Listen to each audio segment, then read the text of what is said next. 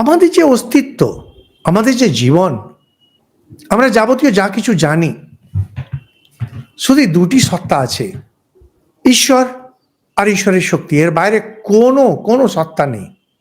এই যে ঈশ্বরের শক্তি, ঈশ্বরের যে শক্তি, এটাই মন রূপে আমাদের সামনে, আর ঈশ্বরের যে শক্তি এটাই সংসার রূপে দেখাচ্ছে।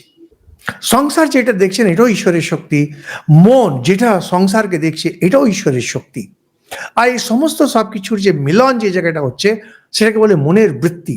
আমাদের যে মন, সেখানে যে ছাপ পড়ছে, সেখানে যে মন যেটা চঞ্চল হয়ে থাকছে, এটা হলো চিত্তবৃত্তি। যেমন এটা আমাদের ব্যক্তি কেন্দ্রিক, আমাকে আমাকে আমাকে আপনাকে নিয়ে আশ্রয় করে আছে, তেমনি এই পুরো জিনিসটা একটা সমষ্টি স্তরে আছে। ব্যষ্টিতে যা, সমষ্টিতে তাই। সমষ্টি মন যেটা যেটা এখান থেকে নিয়ে ব্রহ্মলোক অব্দি, এই যে সমষ্টি, স্বর্গ এখানেই, পাতাল এখানেই, নরক এখানেই, সমস্ত সবকিছু এখানেই।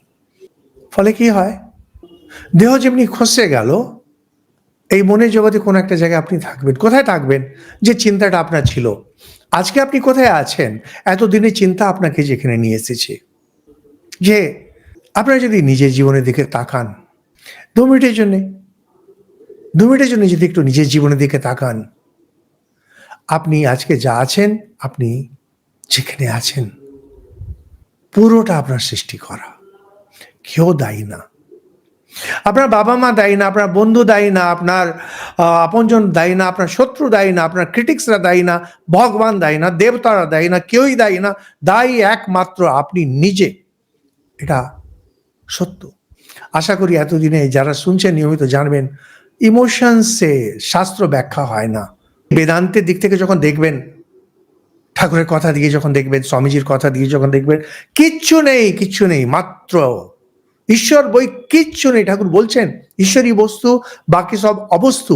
এটা বলতে চাইছে না যে তুমি ঈশ্বরের দিকে যাও, বাকি সব ফেলে দাও, ওই অর্থে না।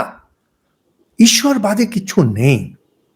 ঈশ্বর হয় নিজের মতো থাকেন, নয় সৃষ্টি রূপে থাকেন।